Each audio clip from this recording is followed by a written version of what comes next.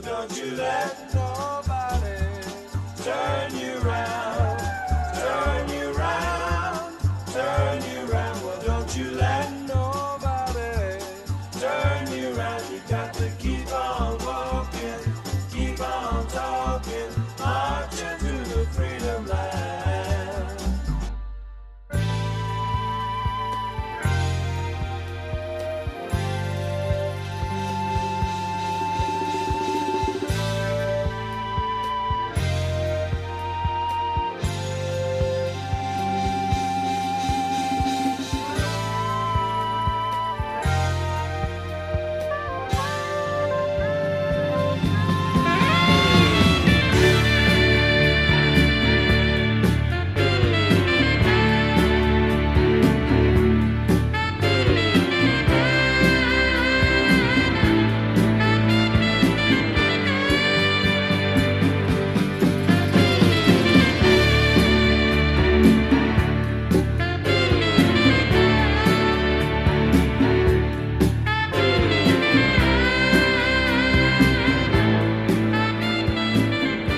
Hi, this is Alan, and it's going on to, well, it is 11th of October already, 2006, and I'll probably do more of these blurbs, as I call them, since it seems my bridge is being burned behind me.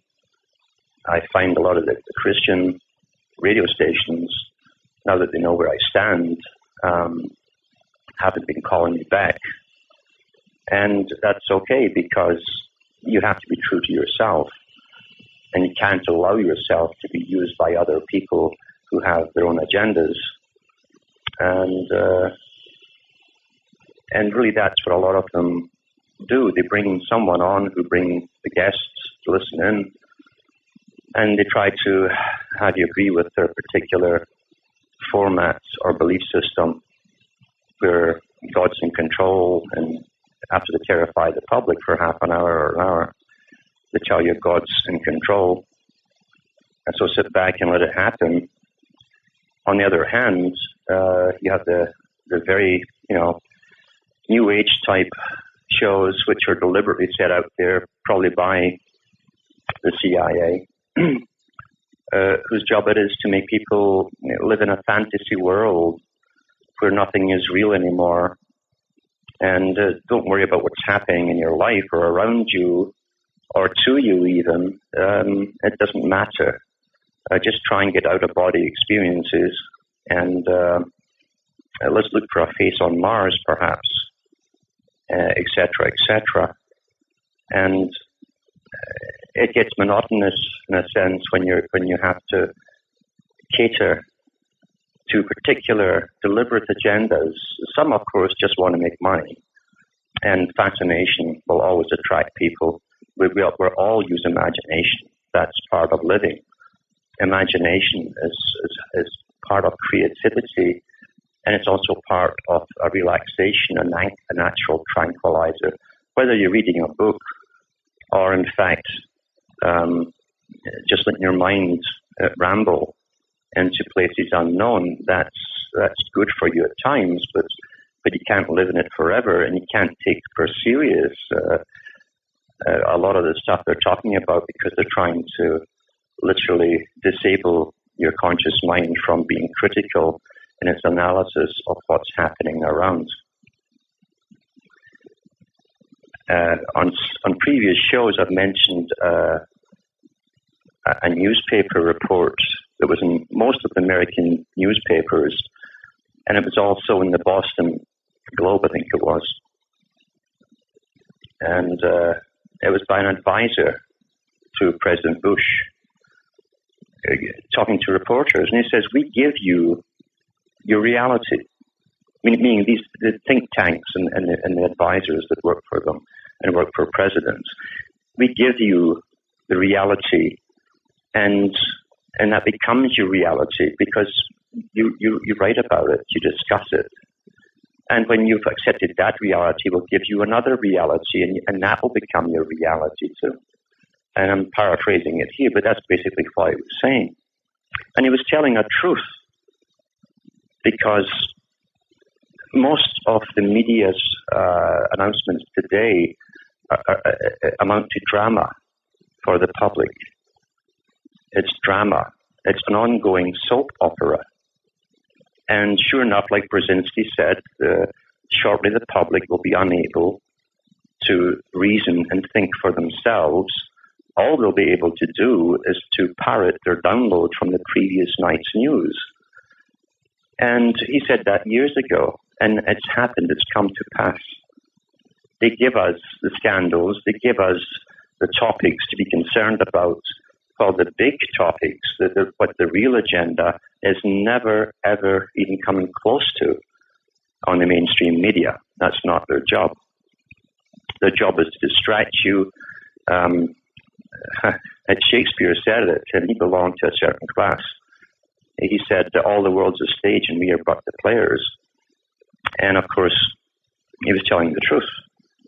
Mainstream has always been for control purposes, a control factor. And it's never changed because mind control works that way. Societal control works by creating cultures, reinforcing the culture. Even when you're changing it, the public never suspect it's even happening. So they give you all this drama. And of course, when they're making big changes to their own system, mind you, the big boys give you lots of fear, lots of terror to worry about. Coming plagues, coming global warming, wars abroad, everything that can be done by science today, they can actually do. But they're terrifying the life out of the public. And that keeps them on edge. We sort of neurotically drift through from one phase to the next. It's a standard technique. So this upcoming song pretty well sums it up, and that was done many years ago.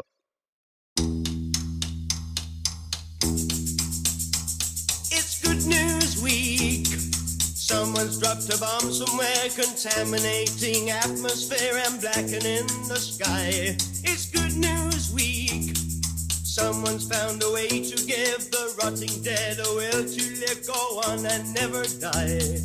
Have you heard the news? What did it say?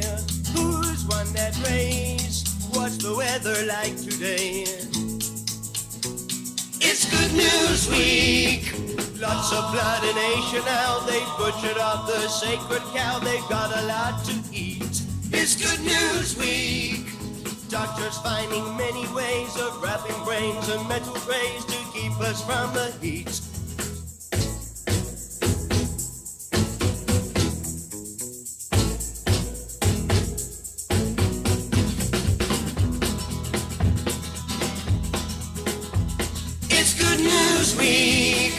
Someone's dropped a bomb somewhere, contaminating atmosphere and blackening the sky. It's Good News Week.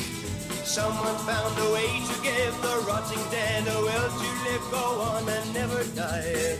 Have you heard the news? What did it say?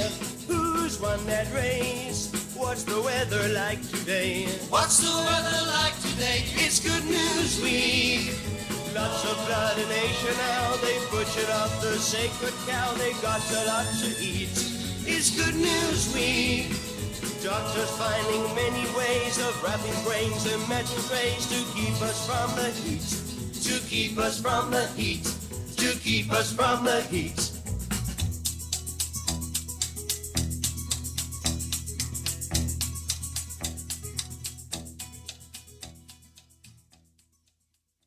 Don't look to the future is here, are some of the lines from another song, an old song. And that is so true. The changes from a previous generation into the next are all around us.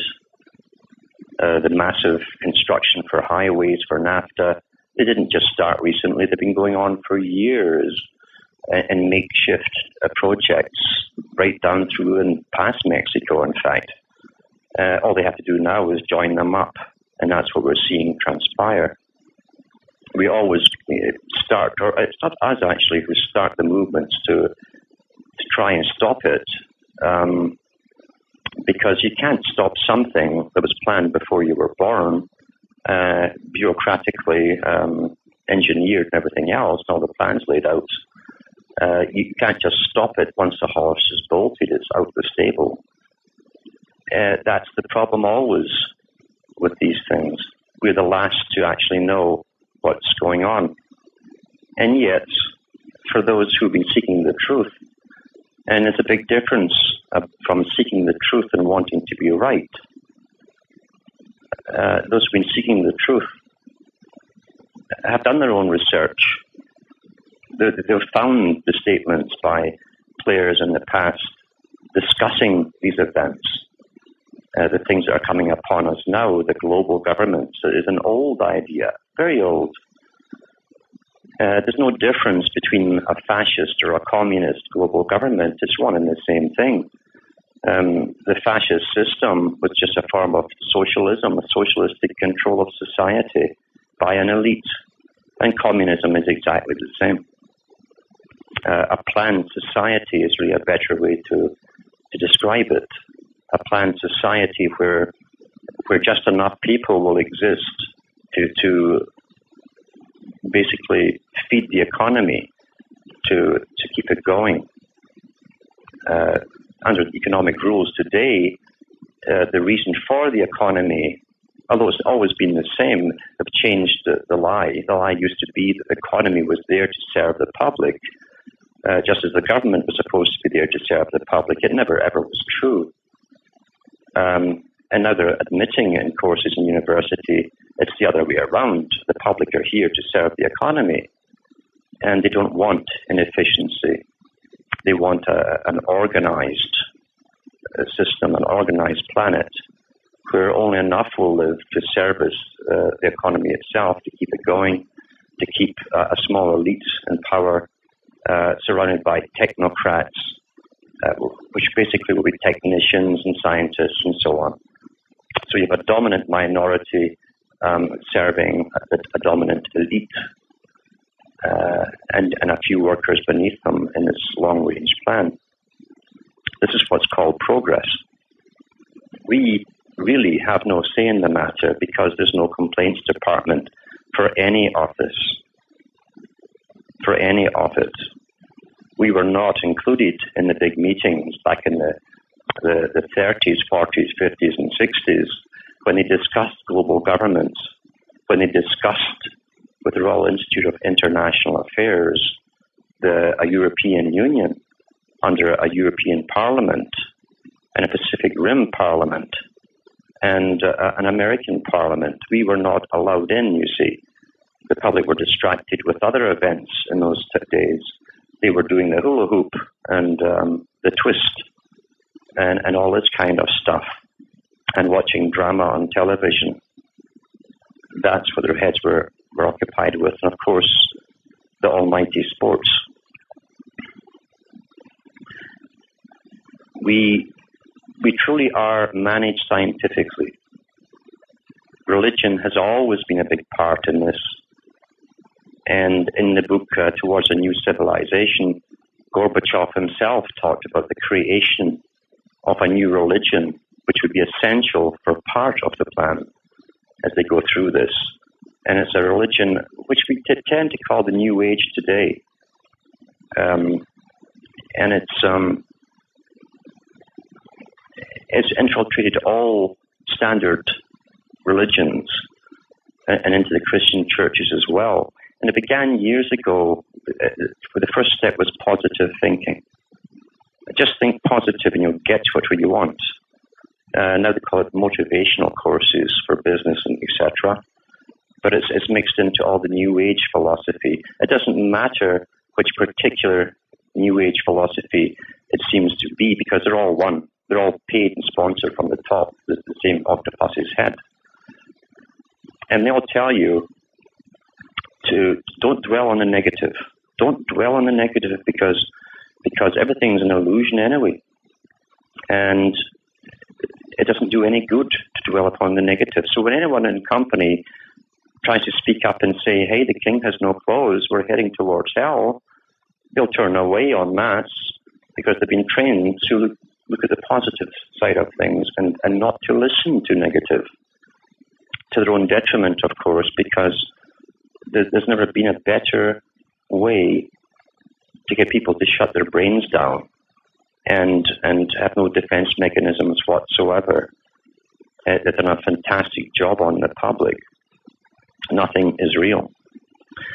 And interestingly enough, all the New Agers have gone through their programs and paid to go through them. And a program, of course, is like a theater program that tells you what's coming up step by step. Education is similar to it. Education can be positive or negative depending on the purpose and depending on the outcome. Indoctrination doesn't necessarily mean it's bad. It means to teach a doctrine. See, these are the definitions of words. And it's the purpose and the outcome which can make it good or bad, depending on its purpose. But you'll find that people go through different courses to buy their belief systems, and it generally caters to the ego. It also gives you, for those who've fallen away from the religion they were brought up in, which has been cast aside, is defunct, it's redundant, it doesn't work anymore for them in this particular step or age. They still walk into with the same paradigm into the next religion looking for familiar type answers which are very similar to the one they just left. That's what they're looking for. They're looking for a purpose for life. They're looking for the rules and the regulations that must go with an order because they're terrified of a life without order. And the one that we've come out of, which was Christianity primarily, is full of rules and regulations and dogma. And we think that's natural, but only because we've been brought up in it. It's actually for social control all those rules and regulations were given in the first place. So as I say, these spontaneously appearing organizations which taught meditation and techniques of unreality and how to get into unreality by denying the presence of even the people around you as being real and having to chant mantras about that, also taught the same people that nothing was real, nothing really mattered, and don't look at the negative things. They want to hear something positive all the time. And there's nothing new in this because this old song will tell you.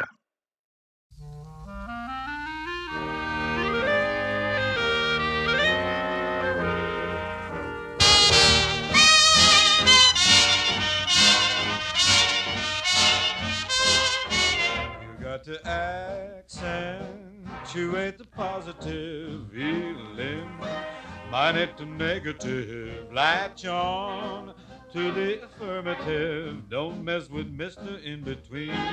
You got to spread joy up to the maximum, bring gloom down to the minimum, have faith or pandemonium, liable to walk upon the scene. To illustrate his last remark, Jonah in the whale, Noah in the ark. What did they do just when everything looked so dark? Man, they said we better accentuate the positive, eliminate the negative, latch on to the affirmative, don't mess with Mr. In Between. No, do not mess with Mr. In Between. Do you hear me? Oh, listen to me, chillin', Anna. You will hear about the eliminating of the negative and an accent on a positive. Gather round me, children, if you're willing, and sit tight while I start reviewing the attitude of doing right. You gotta accentuate the positive, eliminate the negative, latch on to the affirmative, don't mess with Mr. In Between. You got to spread joy up to the maximum, bring gloom down to the minimum. then Otherwise, otherwise, liable to walk upon the sea.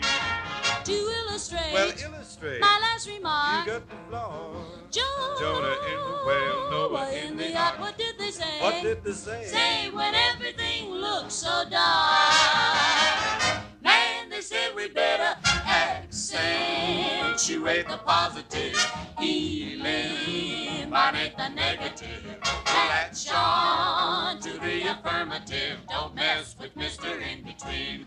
No, don't mess with Mr. In-Between. This is not to say, however, that personal experience is irrelevant. In fact, it's the opposite. Personal experience, as opposed to group experience, perhaps, is the ultimate, because it's all you really have to go by. And it doesn't have to fit into the realm or the understanding of anyone else. It's interesting that the Catholic Church, for instance, for all of its dogma, gave up many, many, many truths for individual life. One of them was to do with even a ghost. They didn't attempt to explain a ghost except, and they didn't call it demonic necessarily. They would say that it was the recipient that it was sent to, and only the recipient would understand the purpose. It was up to the recipient of the encounter. It wasn't just a happenstance thing. So that the paranormal certainly was never ruled out. The problem with the Catholic Church is it used the paranormal, at least the fear of things, primarily through imagination and repetition, to control people, as all religions do, including what is the New Age movement. The New Age movement was set up by those at the very, very top of the pyramid of Freemasonry. And their magazine was called The New Age. And they talked about bringing in a new earth religion, which would encompass all the old religions, the ones that had worked under times of totalitarianism in centuries gone by, and millennia gone by even. Because that which fascinated humankind thousands of years ago still fascinates them today.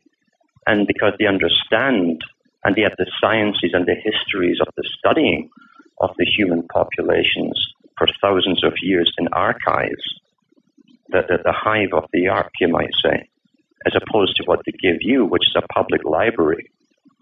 They understand that those things which fascinate you can always fascinate you. And teenagers especially are fascinated by that which they sense, mainly, is beyond them. It's near them, it's beyond them, it's around them.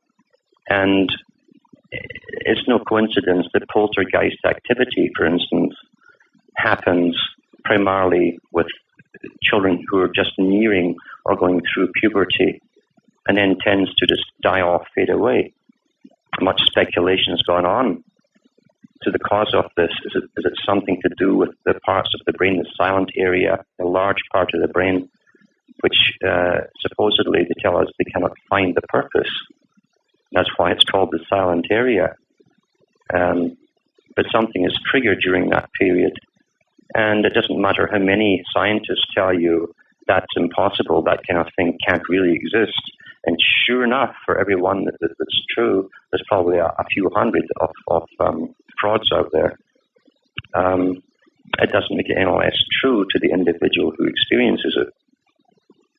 I personally would love to believe everything is scientific, and you must accept that things can be done scientifically in this day and age.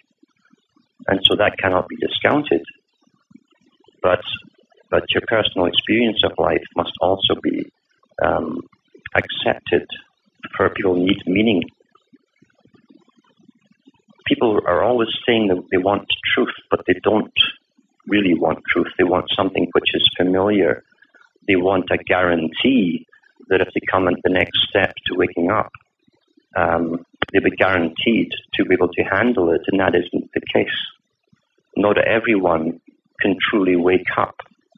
Many people can wake up to the first step, which is simply understanding what's happening in the world around them and to them and where it's going, and they can follow the speeches given by various people down through the last 100 years or so, and it all begins to make sense to them.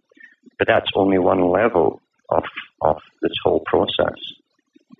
There are other levels, much deeper,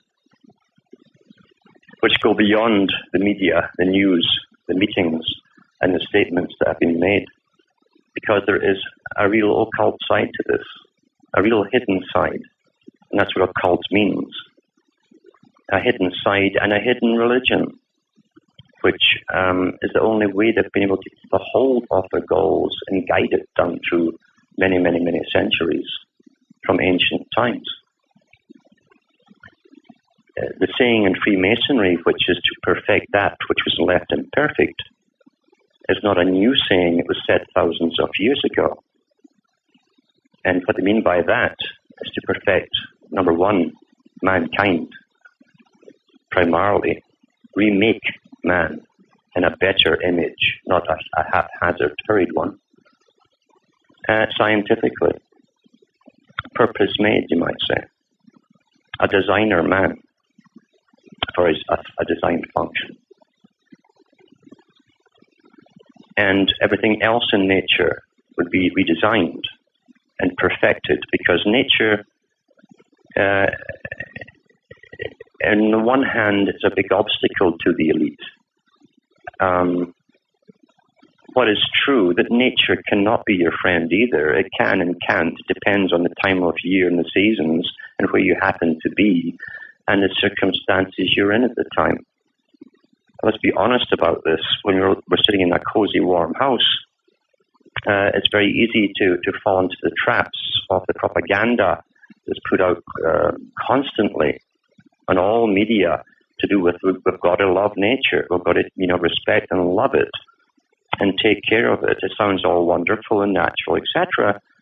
But from the earliest of days, we've had to fight nature as well.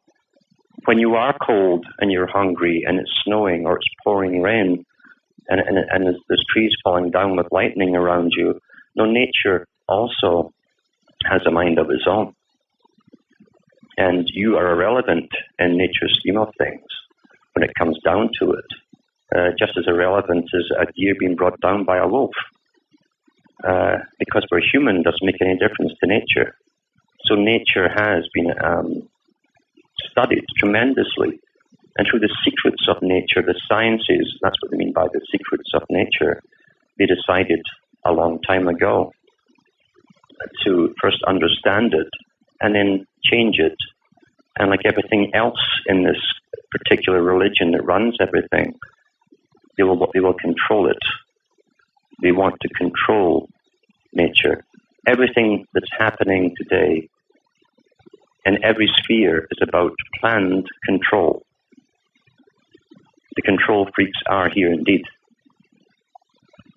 And they have no tolerance for differing points of view on anything which is given out as being politically correct at the time. And in fact, they would try and squash a square peg into a round hole rather than just admit they're wrong. That won't happen. We saw that in the Soviet Union. When they found people who just didn't fit into the Soviet system, whose thoughts were not molded along the Soviet agenda, who didn't parrot the proper phrases automatically and force themselves to believe it.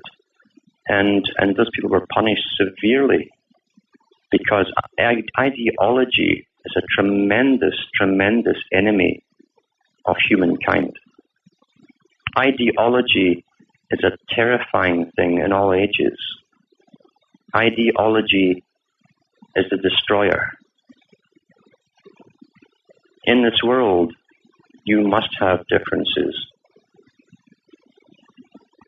I've met people who have, I think, are friendly arguments with. And then when you want to say, well, we'll leave it at that, we can agree to differ, and go home thinking no more about it, only to find out they can't stop. Their job to them is to make you agree with them. And I have met people in my life, done through my life like that. And that means potentially they're a control freak.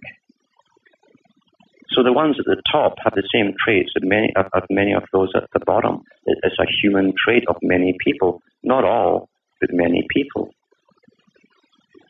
You have to accept the differences in society to have peace. It must be that way. Otherwise, it's uniform. There is no free thought. There's no free opinion on anything. There isn't even a free discussion on anything because people will simply gang up on you and kill you for being different. And this is a sad statement on society. Religion is full of very, very true allegories. That's why we're given them. And the bringer of bad news, for instance, is often killed by the mob who demanded to hear it in the first place. And that's partly true of what's happening to me at the moment as well. I don't teach people who aren't certain, or at least I'm not certain of, who want to be woken up. What they really want is a truth they've already decided upon. In other words, what they want to tell you what they already believe. That isn't seeking truth whatsoever. And if you veer off from where they want you to go, in other words, you're not giving them the answers they want to hear, they will turn on you. And that's why traditionally, done through all religions, all the bringers of truth or messiahs or whoever, call them what you want, the mob that followed them at one point are the same mob that jeer them when they're dying. And those people are called the profane, those in the darkness. Why are they in the darkness? Because they want to be there. They would only move from the darkness to somewhere else if they had a guarantee that it would already fit their existing paradigm, their idea of what it should be like. So when people ask me, how do I wake up, how do I go further, I don't give them a pat answer, a one-size-fits-all answer. You have to first be sure the person is serious. You have to get inside their headspace to find out where they are at in their headspace. How much do they truly understand? What are they capable of understanding? What are they willing to give up in order to understand? And most truly are not willing to give up many of their pet beliefs. So you're back to square one. They're not looking for truth at all. They're looking for a guarantee. They're looking for someone to say, there, don't worry, it's going to be all right for you. Others think they can buy truth. And so they go into organizations where the program, and I use the word program because they're given the program, this is what you're going to be taught, this stage, that stage, and so on and so on. And they pay to be programmed. And to say program is a neutral term. It depends on the intent and the end product of it. Just like education, it can be either one too. But people pay to be programmed. And really what they've done is pick the religion that already believed in. It's the one they already had decided upon. So they go religion shopping. And the New Age movement has more books put out in the last 30 years than maybe all the books on Christianity, and that takes some beating. And every week there's a new fad, a new super talker who says super things, which is all the rehash of the old stuff, really. And they'll pull in either the usual stuff. It's either astronomy, astrology, tarot cards, teacup reading. That's not really trendy today because it's just too vague for people. and right down to even using pendulums. There are people who went through the pendulum period of the New Age who cannot make a decision without swinging a pendulum to find out if it's the way they're supposed to go. This is madness. It's madness. The people today are so terrified of everything. They want something else to reassure them that it's going to be all right, without being willing to work on themselves. The New Age movement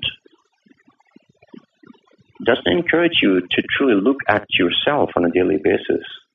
What it does is train you to ignore all those around you, because you and yourself are really a good person.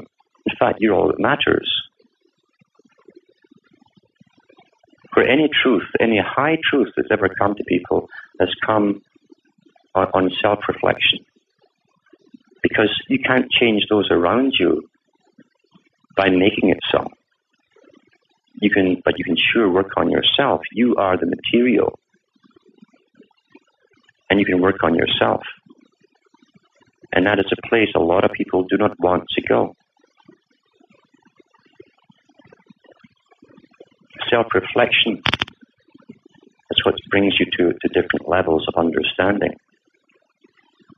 Those who can't understand the teaching or take it or are willing to follow through in it will turn against the teacher. That's standard. That is standard all down through time.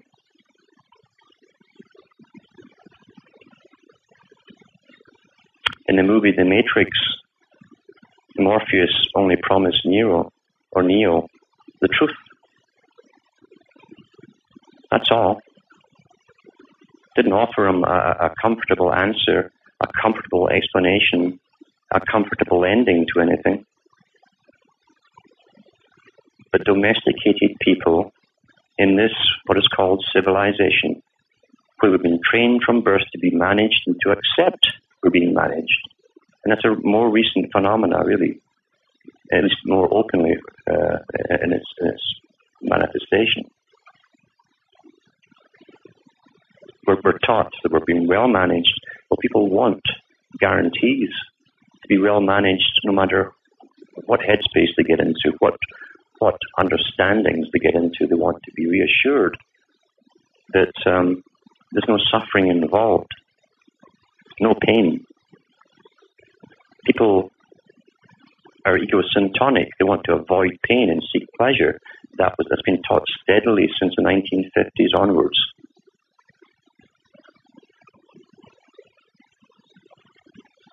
This is a great way to control people. Because only through waking up and looking around and taking the pain are you able to perceive what's going on.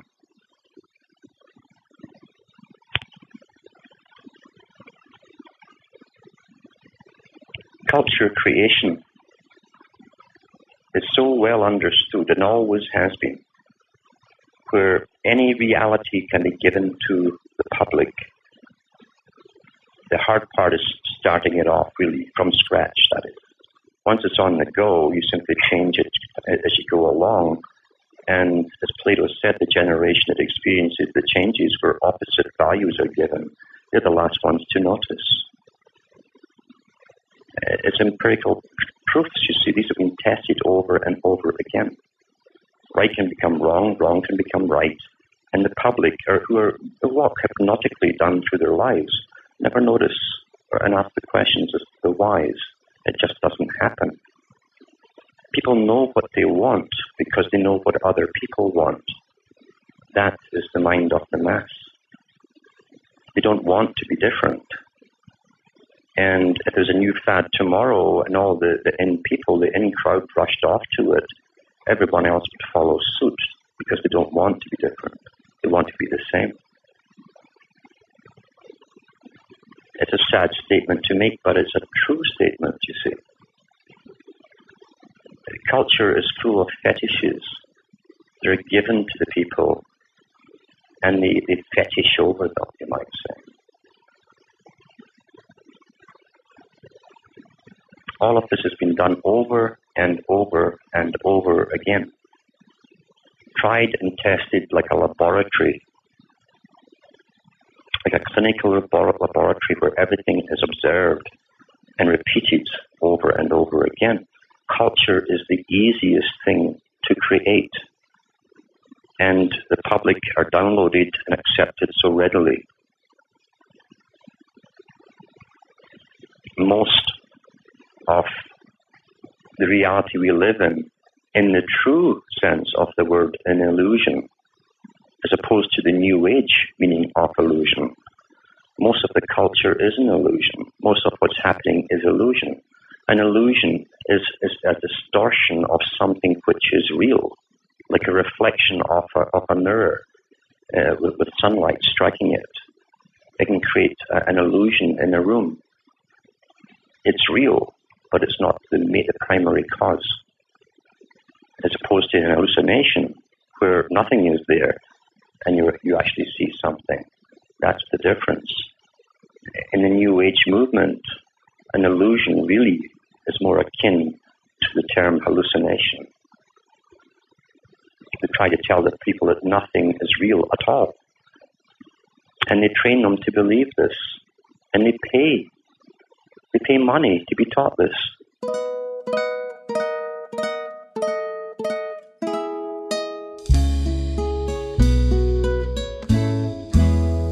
Let me take you down, 'cause I'm going to strawberry fields. Nothing is real and nothing to get hung about. Strawberry fields forever. Living is easy with eyes closed. Misunderstanding all you see. It's getting hard to be someone, but it all works out. It doesn't matter much to me. Let me take you down, 'cause I'm going to strawberry fields. Nothing is real and nothing to get hung about.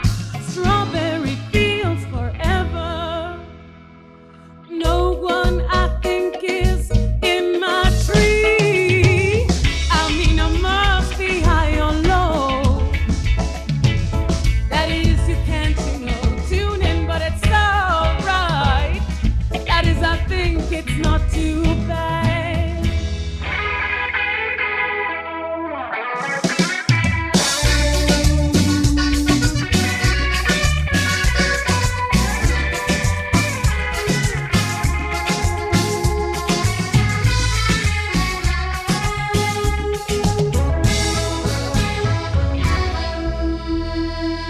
Always know sometimes I think it's me, but I know when it's a dream. I think I know, yes, but it's so wrong. That is, I think I disagree. Let me take you down, 'cause I'm going to strawberry fields. Nothing is real and nothing to get hung about. Strawberry fields forever. Strawberry fields forever. Strawberry fields forever. And it works well for the ultra-terrified because they can't handle reality anyway. They'd prefer if someone tells them, they're there, don't worry, nothing's real anyway. It's very soothing if you want to live in an oblivious psychosis. And life has become terrifying for many people. Again, that's part of the system.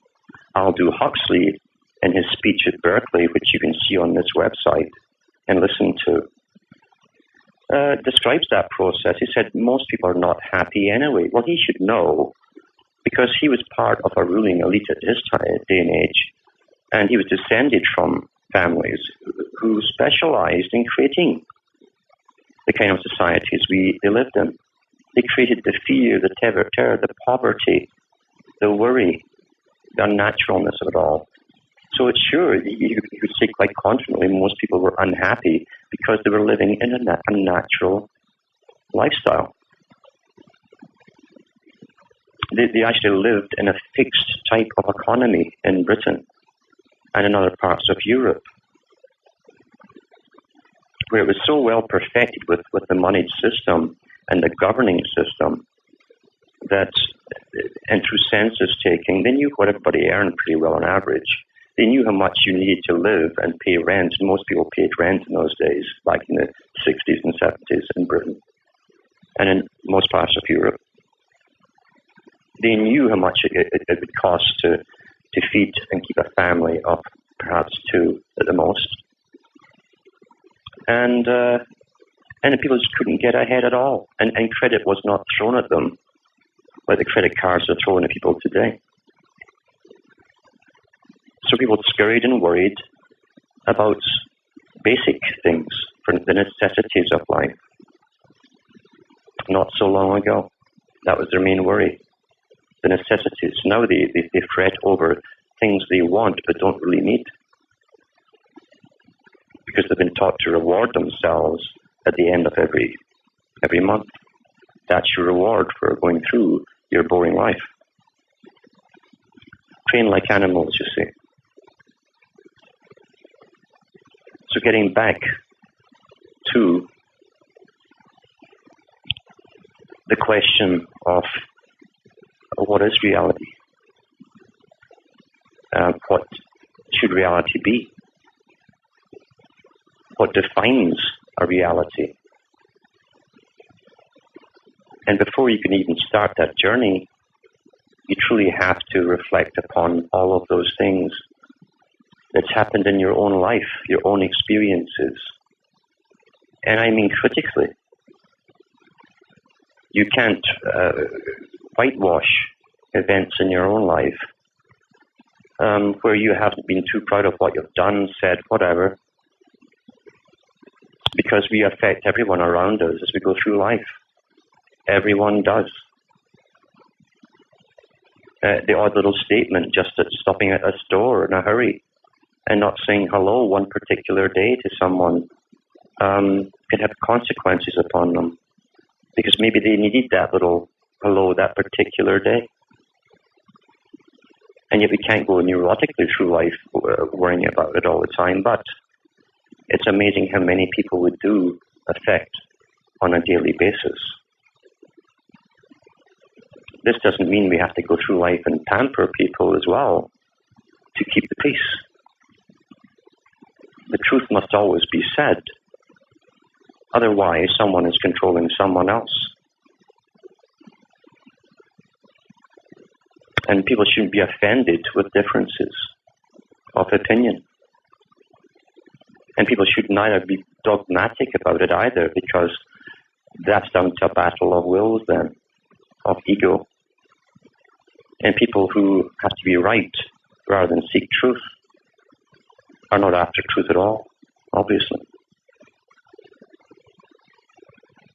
The journey for personal meaning can be a long one, and it's ongoing. And every time you come to one understanding, you realize there's more to go. It's like getting to the top of a mountain, only to see a higher one beyond it. And sometimes you go into those valleys and you say, my God, nothing's happening. I'm static. My mind isn't working properly. Nothing's coming to me. But in reality, you're dissecting all the knowledge you've acquired up until that point. And you have to truly savor it minutely. And when that's done, suddenly you're going up the tracks to the next mountain. That's how it happens. And it does not mean that every experience that you have is going to be the same for everyone else. And neither could you ever promise that to them, because many people cannot go where you have gone.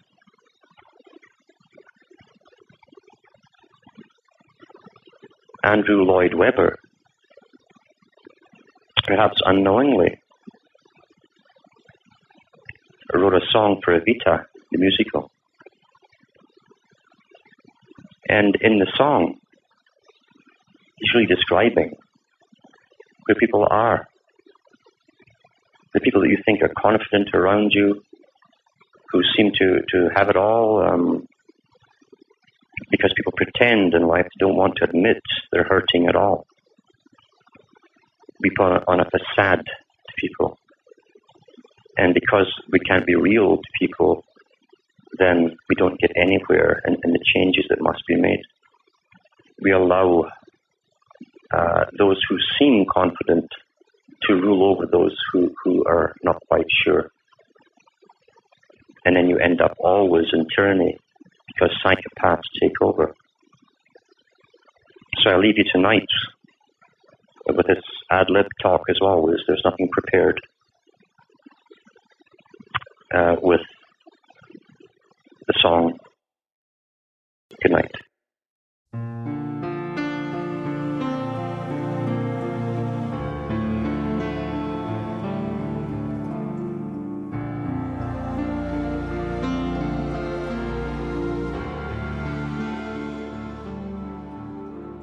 To dream the impossible dream,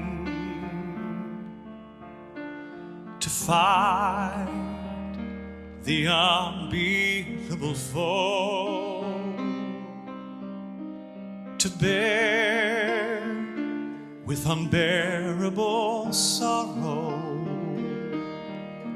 and to run where the brave dare not go,